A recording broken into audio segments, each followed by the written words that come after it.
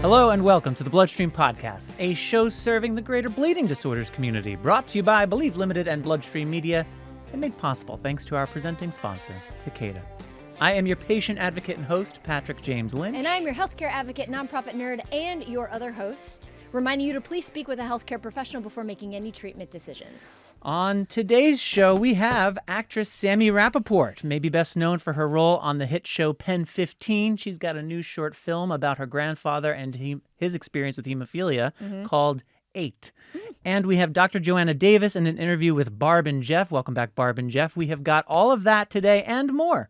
Welcome to BloodStream. Listeners, as always, thank you for joining us today. And if you like what you hear, please subscribe to the BloodStream Media Podcast wherever you get your podcasts. Even if you don't like what you hear, if you subscribe, no questions asked. You know what? That would be baller. If you could just subscribe, that would be great. Incredible. You can leave a review, and there's so many things that you can do. But while you're doing all that, I do need to remind you, dear listeners, the BloodStream Podcast is indeed made possible thanks to our presenting sponsor, Takeda. That is right, Takeda.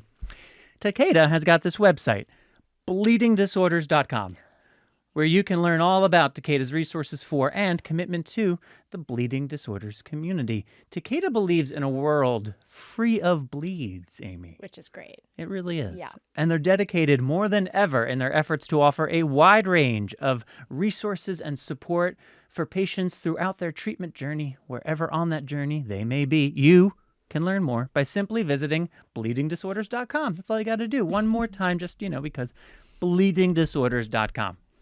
And for their founding and ongoing support of the BloodStream Podcast, I would just like to say thank you, Takeda. Thank you, Takeda.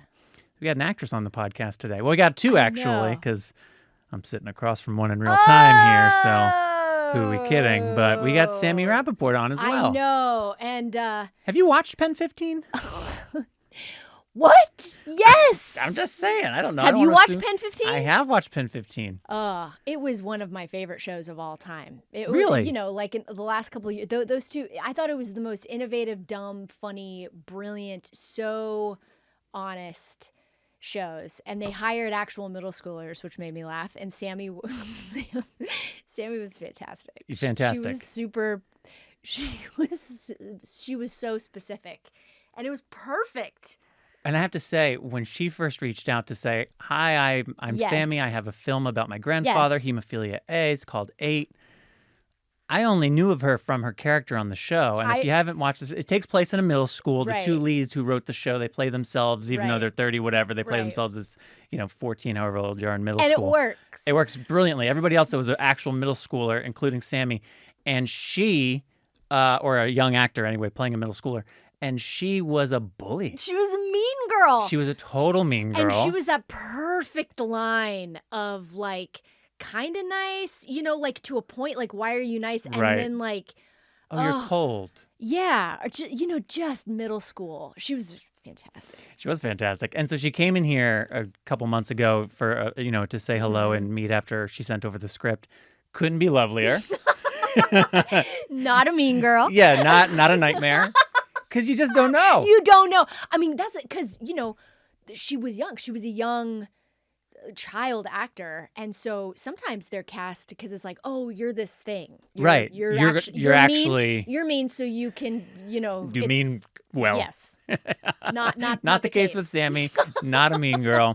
But she is also a writer, an author, producer of this short. It's really beautiful. And she's going to talk a little bit about it and the campaign that's currently going on for people to help support the film and get it off the ground. So that's coming up right now with Sami. All right, joining me now is actor, writer, and producer Sami Rappoport, best known for her role on the hit show Pen 15, but now here today to talk to us about her short film about her grandfather with hemophilia and inhibitors titled VIII. Sami, welcome to BloodStream. It's great to see you. Thank you so much for having me, Patrick. You are most welcome. So we've had a chance to get to know each other a little bit through the last few months. But why don't you give the listeners a little bit of your background? Where did you come from, and what is your connection to hemophilia and bleeding disorders? Yeah, so my grandfather had hemophilia A with an inhibitor, and my mom is a carrier for it, and I'm in the process of getting testing. But when I got into the industry and I auditioned for a show called Pen 15, my biggest hope was to be able to advocate for the hemophilia community. And so I knew that I wanted to be able to also work on writing and creating. And so in telling my grandfather's story, it's just been such a beautiful process to craft this with so much care and passion. And now I'm finally in the stage of ready to share it with the world. That's so exciting. What do you think it is that initially drew you to want to be an advocate? I've always been an advocate since I was young. And I think it's also because of my grandfather and everything that he instilled in my mom. And, you know, he was a very positive, cool person that lived life to its absolute fullest. And so I feel it's my responsibility. And also it's like, I'm so just honestly honored to be able to carry his legacy. And so I think it's just my duty to be able to advocate for things that I'm super passionate about, and especially this community. It's just, I mean, being in it and surrounded by it, it's just something that is so beautiful and cool. And I want to be able to educate more people and bring awareness to it. And doing so through a scripted film is quite a neat way to do that. Tell us a little, though, about your grandfather. Who was he? What made him unique? So my grandfather was so basically, long story short, his parents fled Hungary during the war, and they ended up on a boat in Mexico City. And a few years later, they had my grandfather in the 50s, and he was born with hemophilia, but grew up with very supportive parents, but still having to live a careful life where he was homeschooled and didn't get to participate in sports, but that didn't stop him from living life. So he ended up picking up a camera and becoming super interested in photography. And he captured everything that he couldn't do through a lens. And he traveled the world. He fell in love with my grandmother. He met her in Mexico City. And literally they were like the cutest love story in the world. Like he serenaded her on a balcony.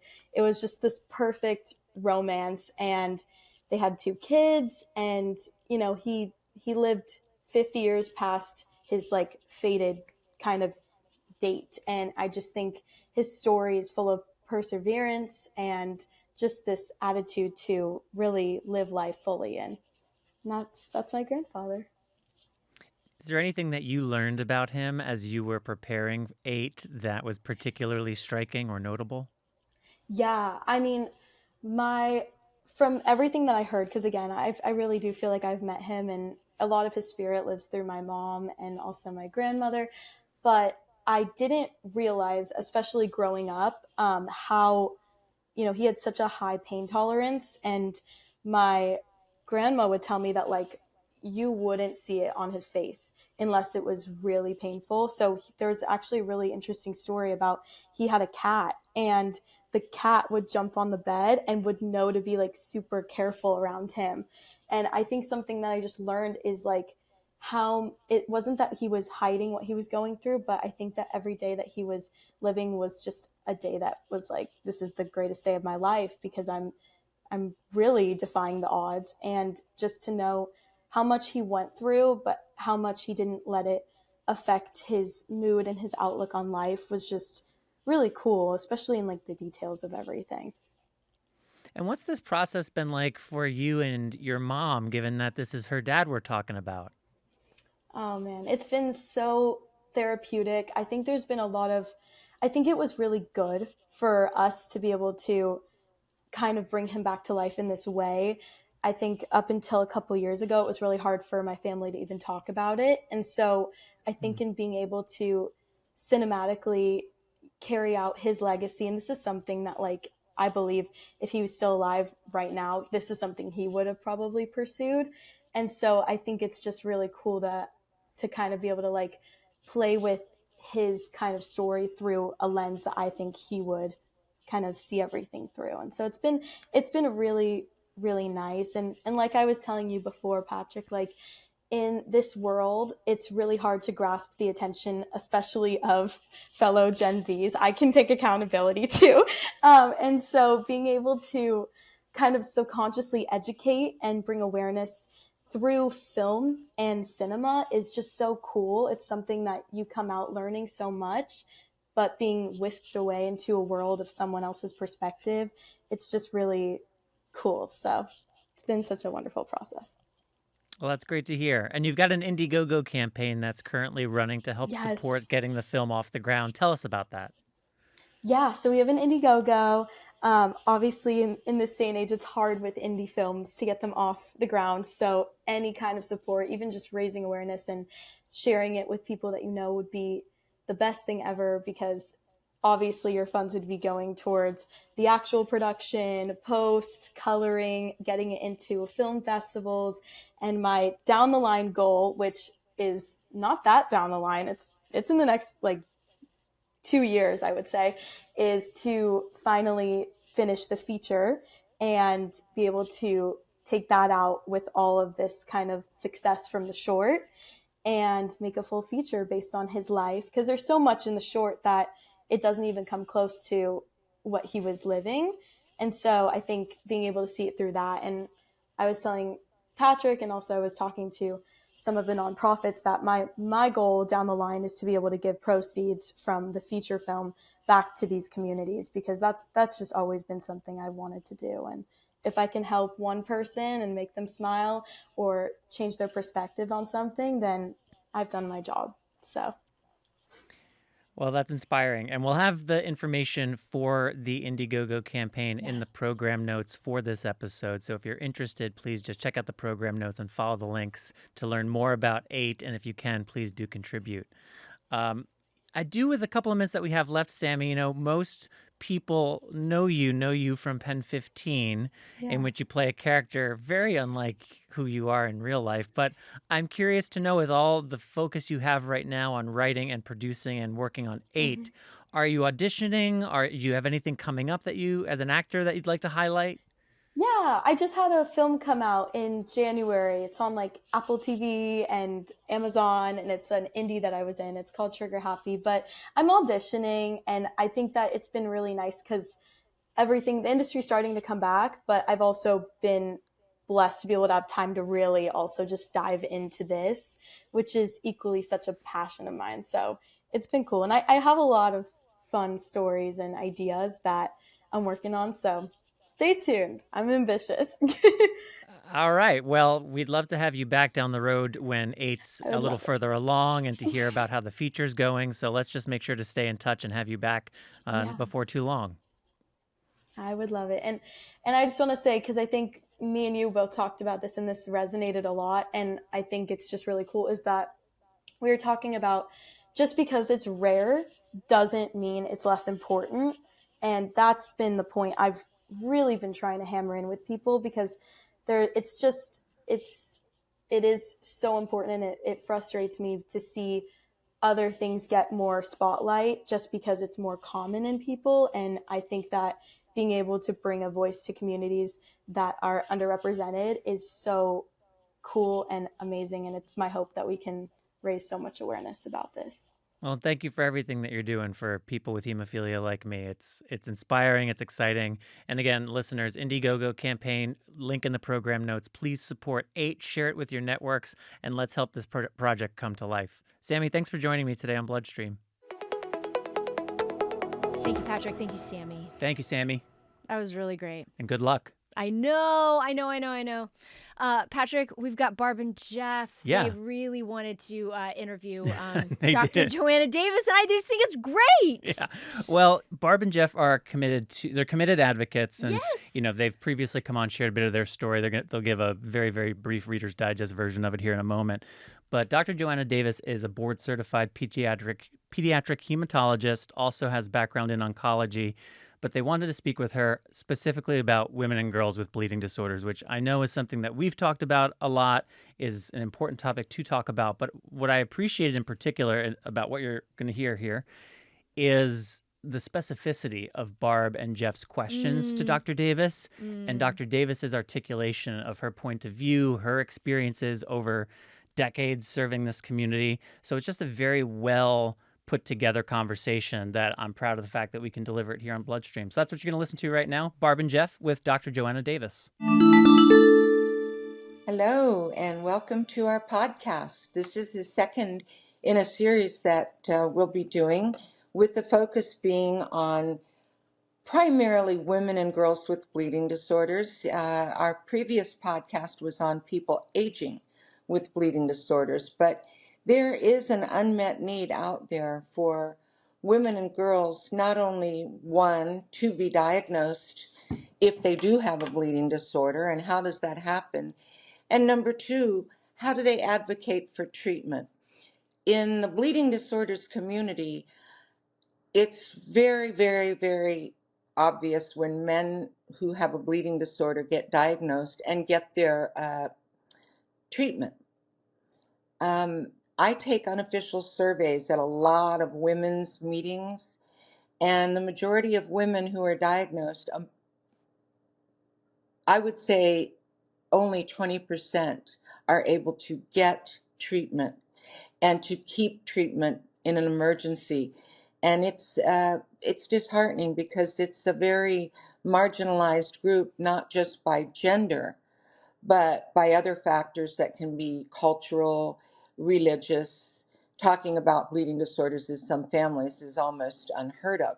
So I want to give a little short introduction to myself. I'm Barb Forss, and in 1998, at the age of 47, I was diagnosed finally with severe factor VII deficiency.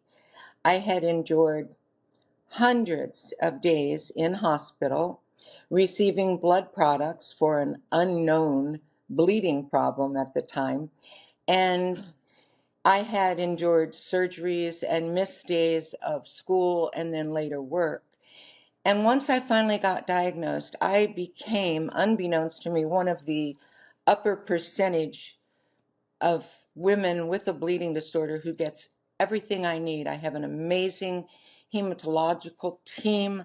I have clotting factor when I need it, and I have a great support system.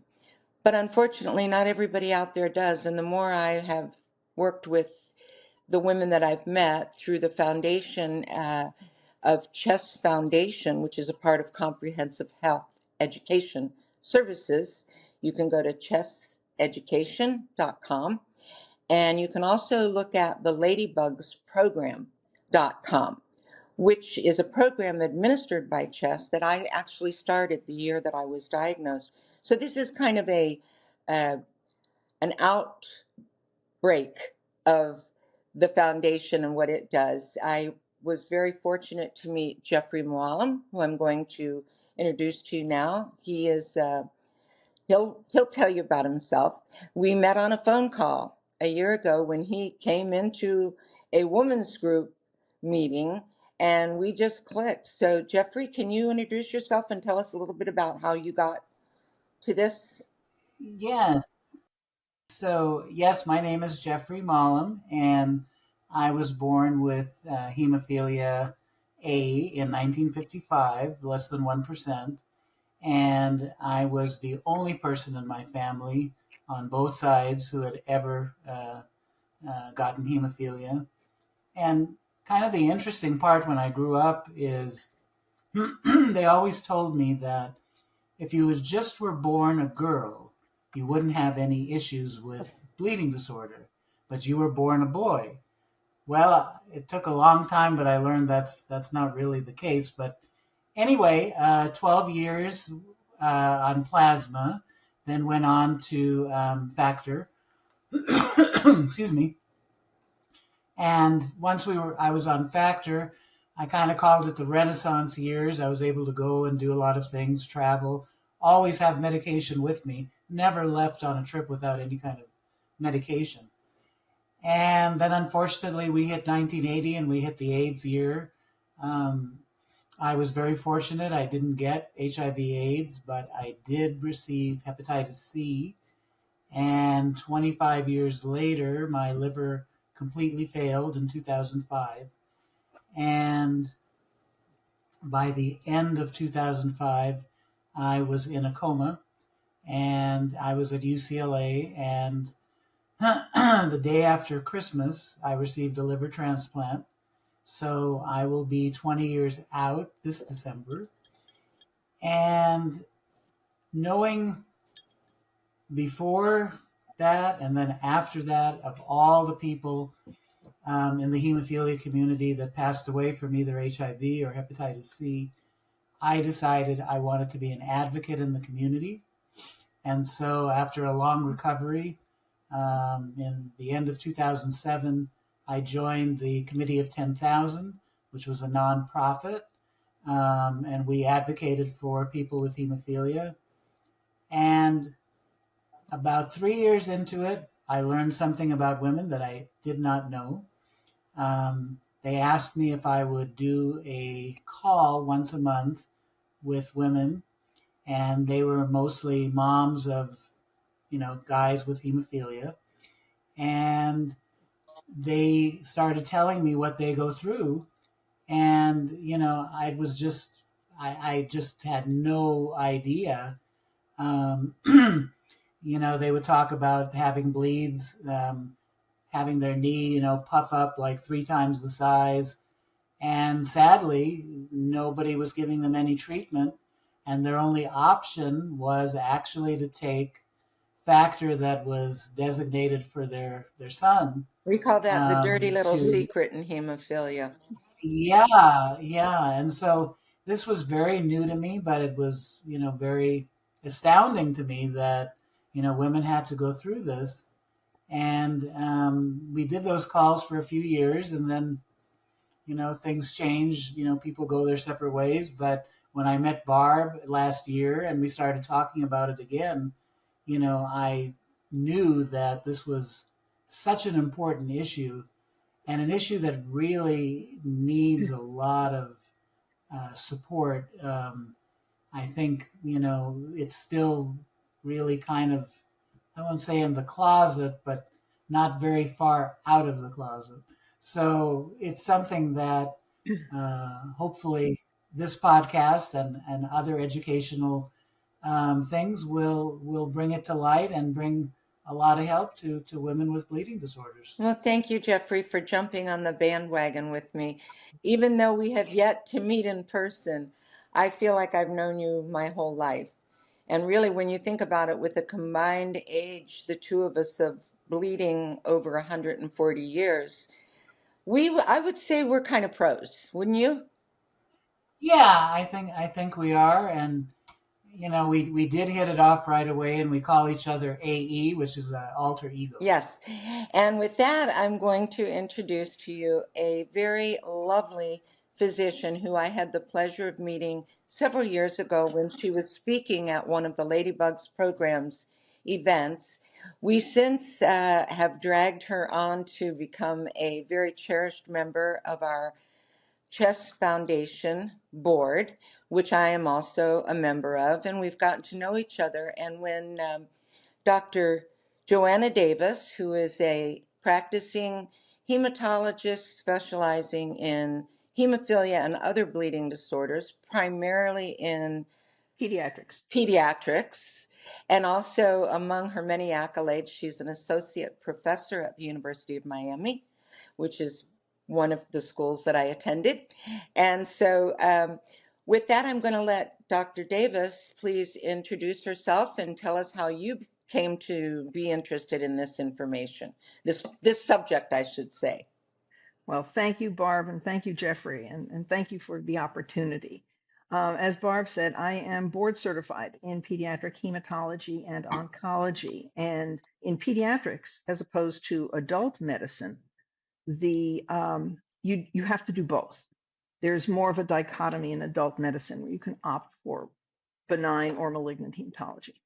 So in the course of my early years as a faculty member, I came back from my second maternity leave to be told by our division chief at the time, who was a lovely individual, that he was an oncologist and he really didn't have a drive for coagulation, which realized this was 1987. This was the infancy of a lot of the approaches. We were just sort of coming out of some of the mess of the 80s with HIV and Hep C, as Jeffrey alluded to. And he suggested strongly that at that point, I really wanted more time at home, that if I wanted to have more of a part-time position, I should start a hemophilia treatment center because he really didn't want to. And I was not overtly thrilled. I wanted to be an oncologist. Everybody wanted to be an oncologist, but recognized that this was probably going to be the way to go if I wanted to have that life-work balance, which today is a lot easier for a lot of women in professions, but back then it was certainly not. And it was an eye-opener on every single level. And I started the Pediatric Hemophilia Treatment Center at the University of Miami in 1987, wrote the first grant to HRSA while I was on maternity leave with daughter number 2. And we started with 6 kids, literally 6 kids, but half of them had von Willebrands. Today, we are a lifespan center. We have over 400 enrolled patients. From cradle to grave, we have a separate adult program, we have physical therapy, we have a women's clinic. It has been an amazing ride, to say the least. Recognizing the gray hairs, I'm now the director emerita of the program, but I remain very committed to the bleeding disorders community. I do a lot of education and outreach, and in keeping with today's discussion, let me tell you, it was an aha moment for me when one of my early patients was a teenage girl, lovely. Nobody knew what was going on with her, but she had these menstrual periods that were devastating. And what struck me as a transplanted New Yorker was this very pretty 13-year-old girl just weeping because she couldn't wear white shorts. This is Florida. Everybody wears white shorts, right? All the time. She couldn't go to the beach. She couldn't go to the pool with her friends. She never knew how bad her period was going to be. We ultimately diagnosed her with von Willebrand's disease. We got her managed. She's a mom now. She's, leading a very good life in terms of herself and her bleeding disorder. But that was an eye opener. It was like, really? Because again, the mantra was women don't have bleeding disorders. That's a really good point that you make, Dr. Davis, because I want to ask you, how does a woman who suspects that she has a bleeding problem, that she's not bleeding normally, whether it's through her monthly periods, whether it's through the length of the periods, the amount of blood that she loses, or just lots of bumps and bruises and the things that you would see that are abnormal. What does a young woman do to get a diagnosis? Where does she start? I think it starts with awareness. And I think it starts with awareness of yourself and within the family. And as you well know, part of the problem is these disorders run in families. They're genetic. And it is very easy to say everyone in my family bruises easily. Everyone in my family has nosebleeds. All the women in my family sit on towels for 3 weeks at a time every month. It's just normal for us. And unfortunately, there is a lack in medical education, in the nursing schools, in medical schools, in the osteopathy schools. Coagulation is given a very limited exposure. So it is not unheard of, and I'm sure many of our listeners will respond to this, to go to your doctor and to say, I'm tired all the time, my periods are lasting for 2 weeks, and to be told, oh, you're low in iron, but you're a woman, and of course that's okay. That's just the way it goes. It is incumbent upon the patient or the family. What do they say at TSA? If you see something, say something, right? If you are concerned about your reproductive bleeding, which is menstrual periods, postpartum bleeding, or you're bruising all over the place, or you're having nosebleeds, or you can't brush your teeth without, spitting out blood into the bowl, or you had a surgical procedure and either you bled a lot during it, so you needed a transfusion, or a week later, especially with things like a tonsillectomy, all of a sudden you're bleeding like crazy. If it doesn't seem right, if it's worrisome to you, then you need to go to start with the primary, because you're not going to get anywhere in today's world by just sort of jumping the gun and calling a specialist. But to present the facts as you know them. When I talk about being informed, and with women, we often talk mostly about reproductive bleeding, right? So what's a normal period? Not what's normal for your family. What's normal? And you can look up the American College of Obstetric and Gynecology, ACOG, and they have a list of what makes a normal period. It's a great little thing called using the menstrual period as a vital sign. And what's a normal period? Well, if it's more than 7 days, that's not normal. If you need to change your sanitary product every 1 to 2 hours on any of those days, that's not normal. If you're passing clots or chunks of tissue that are the size of a dime or greater, not once in a while, but more consistently, that's not normal. I don't care if every woman in your family had it, it's not normal. So you need to have the courage of your convictions, right? We hear that a lot as women, but to be able to maybe do a little bit of homework and walk into the doctor's office with, I know that this is of concern to me, but it's also of concern because no physician, no matter how well intended, can keep up with everything, right? I mean, you just can't.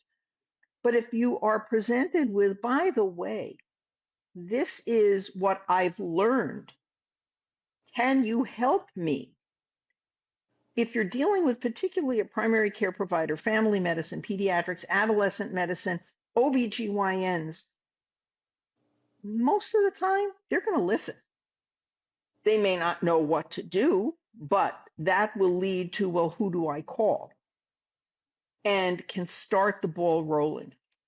We have a girls' clinic now. We've had it for a couple of years in partnership with pediatric adolescent GYN. Also, there's a separate adult GYN. They're just absolutely lovely. And the mantra is, if a girl says her period is not good, it's not good. There are lots of other reasons, but if it's not good, pay attention. And we need, as the medical community, to get that word out to our providers. The patient needs to be able to say, I'm bothered by this. It's not enough to say, I'm a girl, and of course I'm tired and iron deficient. No, that's not enough. There's a reason. 15 to 20% of women with iron deficiency anemia will turn out to have an underlying bleeding disorder. 15 to 20%. 20 to 30% of women with what we now call heavy menstrual bleeding, HMB, used to be menorrhagia, now it's HMB, takes less time to say, will turn out to have an underlying bleeding disorder. That's a huge number. At one time, Dr. Davis, that when I first was diagnosed, I remember that the National Bleeding Disorders Foundation, which was National Hemophilia Foundation at the time, in conjunction with the Center for Disease Control, CDC, did a study and came up with up to 3% of the U.S. population has an undiagnosed hereditary bleeding disorder. That means that bleeding disorders in general would be more popular in the populace than ALS, Lou Gehrig's disease, multiple sclerosis, and cystic fibrosis combined.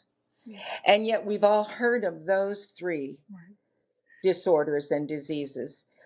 Very few people have heard of bleeding disorders unless they've heard of hemophilia. So now we have a patient, like you suggested, who is able to discern that her periods aren't normal. And that's generally the first symptom that a young girl would have, other than nosebleeds and also heavy bruising, unusual bruising. But because periods seem to be the focus for a lot of women getting a diagnosis, once that diagnosis comes about, what if the doctor says, well, it's mild, you really don't have a problem, just give us a call if you need anything.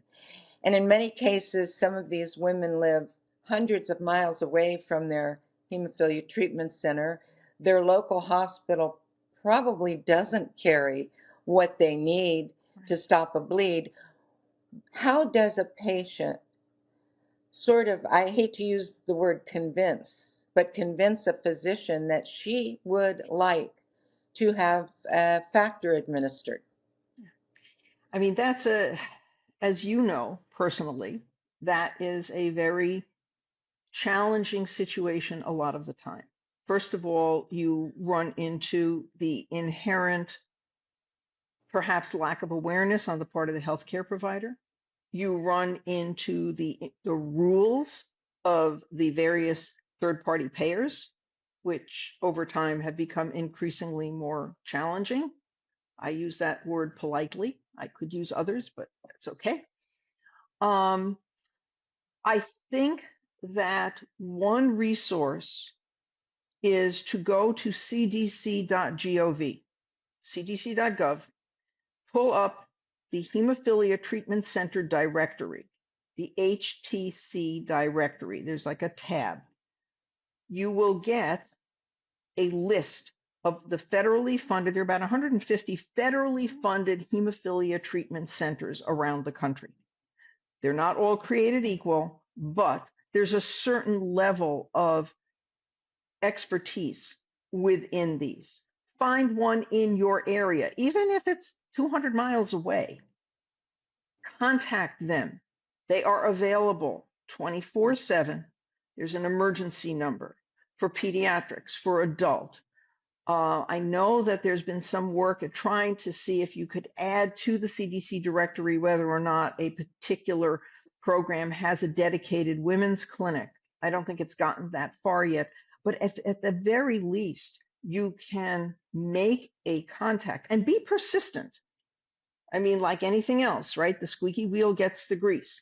Be persistent. Don't just send off an email into cyberspace and then wait and nothing happened. Make phone calls.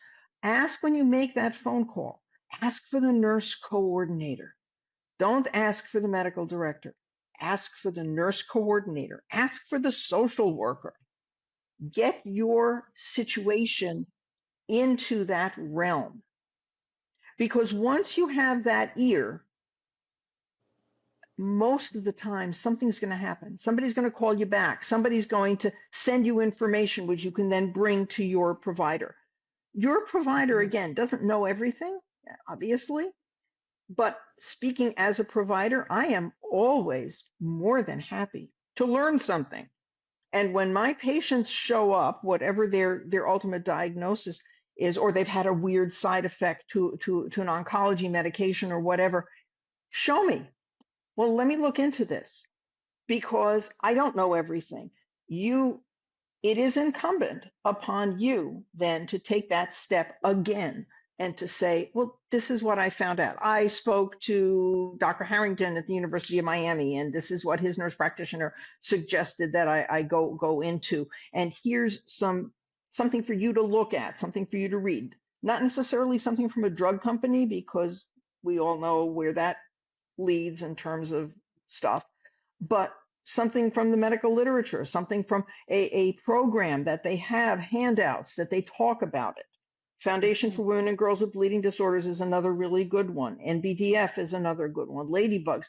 All of these organizations have information which is non-branded, which is useful. And especially if you've got a relationship with a primary care provider, they'll pay attention. Absolutely. In our previous conversations, one of the things that Jeffrey brought up, and I'd really like for him to talk to this, is the importance of men in the bleeding disorders community. And that includes men who don't have a diagnosis but have a partner, spouse, daughter, mother who's a bleeder, and the importance they can make in being supportive of us. When we talked about that yesterday and how Jeffrey wants to bring this to the forefront, I happened to mention to him that I had been on prophylaxis, which, for those of you who don't know, is a certain amount of days a week or daily that you use clotting factor kind of to offset the possibility of a big bleed. And I had been on that when I lived in the Midwest, transferred out to the West Coast, had a brand new hemophilia treatment center, a new, very highly esteemed, well-regarded hematologist who said he didn't think that I needed prophy. Fortunately, my husband was in the room with me, and he said, with all due respect, doctor, you don't live with her. I do. And would you believe that that support and interference kind of changed the tune? And Jeffrey, can you speak to that, how important sometimes another man in the room is? So when I think about this issue, there's a weird divide between men with hemophilia and women who have hemophilia bleeding disorder. Men feel like, and I'm not saying everybody, this is just a general, comment. I think men feel like, they need to be treated at a high level and they're not really worried about how women are getting treated. And then you have men who don't have a bleeding problem. And it's the same thing because they don't even understand what a bleeding disorder is. So in the awareness equation, I think what's missing is to bring the men into what's happening with their sister, wife, partner, whatever. Not try to hide it from them, but actually talk to them about it. And I know for a lot of men, talking about a woman's period is probably worse than going to the dentist. but it's something that, if you really care about that person in your life, and you want to help them, what Barb experienced with that doctor where her husband was in the room and he was able to say, excuse me, but I live with her, so I know what she's going through. Another man who's the doctor is probably more willing to say, oh, I think that is something that's viable, important. We should address it. And that's just part of our culture. I mean, I don't know another word to explain it. So going forward, I think whether a man has a bleeding disorder or not, I think he should be more involved with the treatment of the woman in his life who has a bleeding disorder, because he can be very helpful, whether it's in a doctor's visit, just as a sounding board. No one wants to have a condition that you have to keep to yourself all the time, hide it. And, that can cause anxiety, depression. I think Dr. Davis would, expound on that. So my feeling is to get the men involved, even if they are kicking and screaming. Or growing horns and foaming at the mouth when talking about periods. Yeah.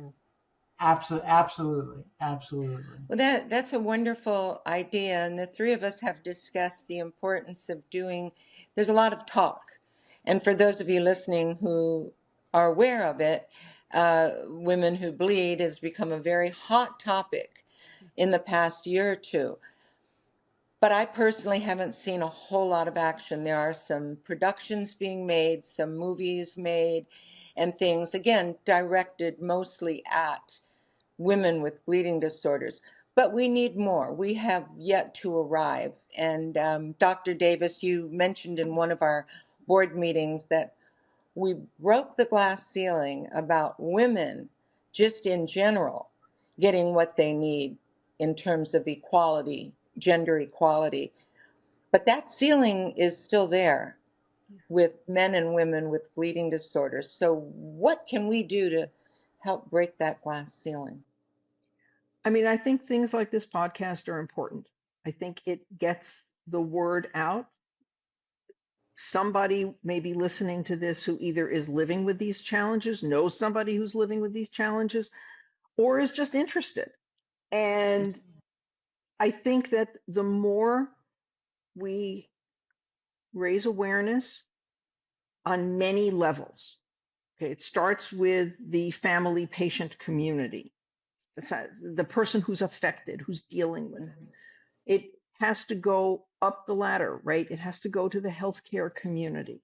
It has to go to the early medical schools, the nurse practitioners, the PAs, the OBs, anybody. There are national meetings. There are places where those of us who do work in the field or are advocates for the field are starting to try to bang on that glass ceiling there to say, hey, it may not be as sexy as a new oncology treatment, and I'm an oncologist by training, so I understand that, but by the same token, this is important.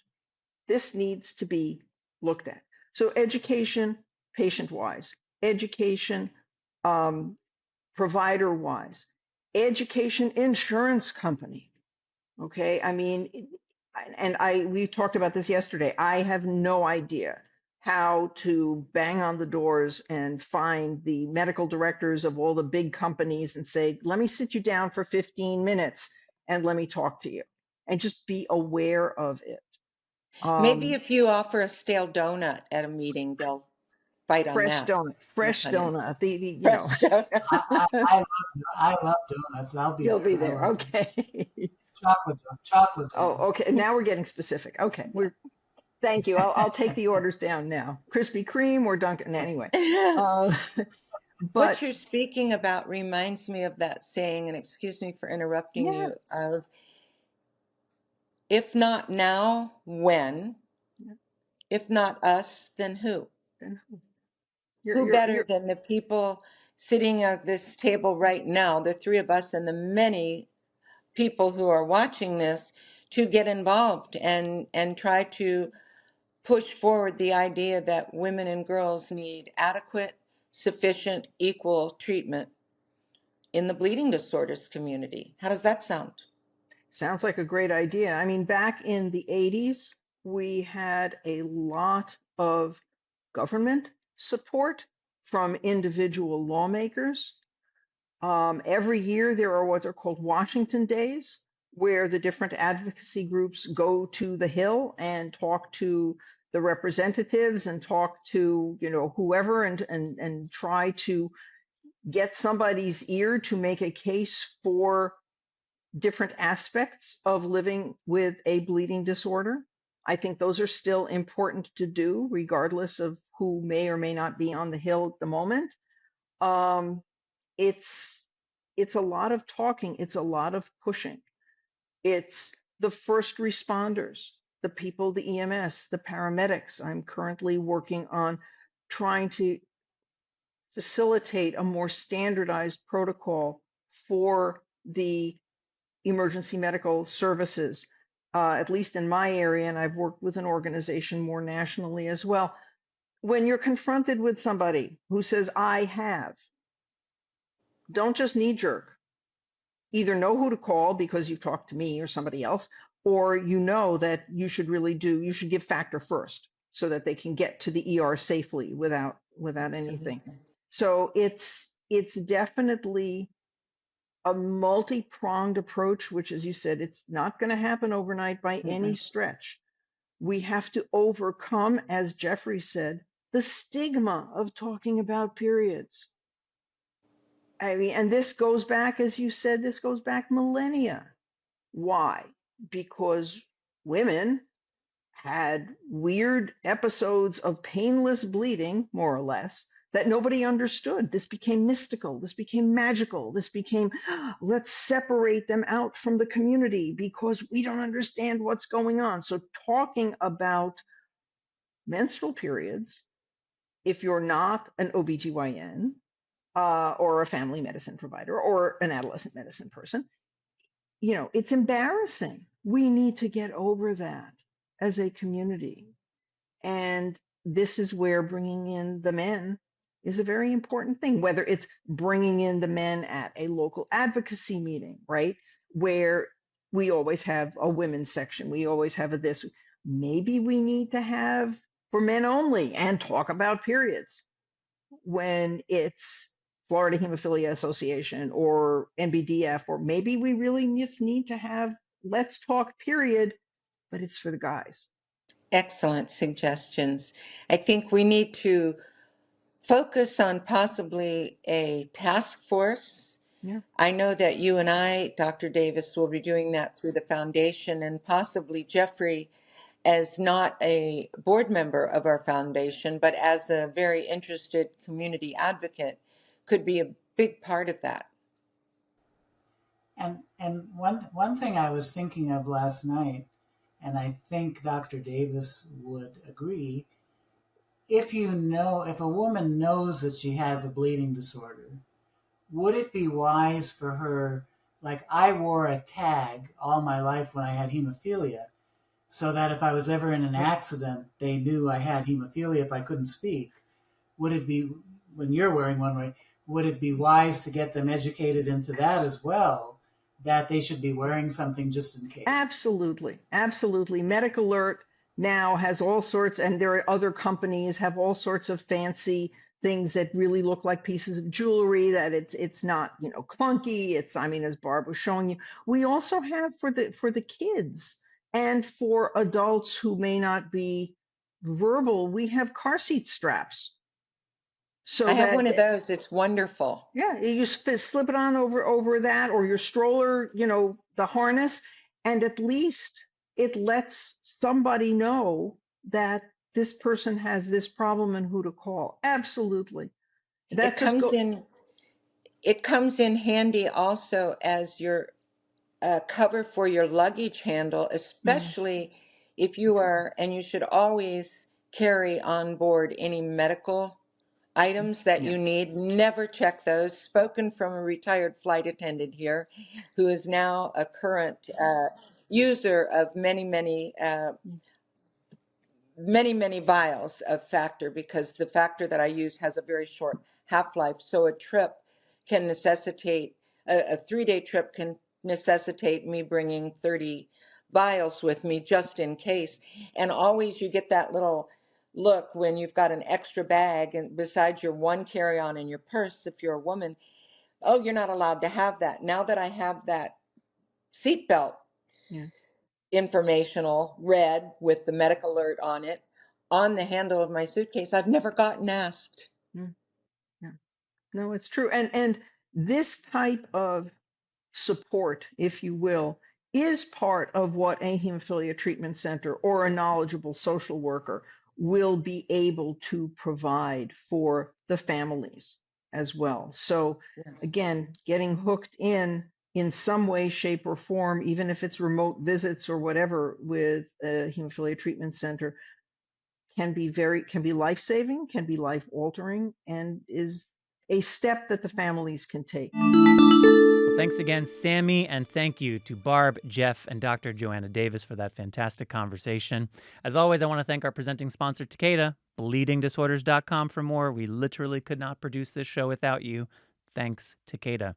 Amy, we got one more episode coming out this month. Next week, August 22nd. What can the listeners expect to hear then? Well, I'm really excited that I get to have a conversation with Dr. Radek Kazmierek about 2 papers that he authored, which are going to be fantastic. One is about gene therapy for hemophilia A and some interesting percolations there, which is great. And then the other is kind of a history overview about like kind of our treatment paradigm shift. So we're going to have a good conversation, but that'll be great. Fantastic. All right, so that's coming up August 22nd. If you haven't already, please do subscribe to the BloodStream Podcast wherever you listen to have that next episode delivered to you the moment it goes live. And as always, mailbag at bloodstreammedia.com is the email that you can use to inquire about casting opportunities, to share your story, or just to chat. If you want to say hi. Better chatting is probably on social media, which you can find Patrick and I on social media and BloodStream Media. That's true. All the things. With that, that is all for this episode. I am your host, Patrick James Lynch. And I am your host, Amy Board. And until next time, take self-care of yourself. Bye, everybody. Bye-bye.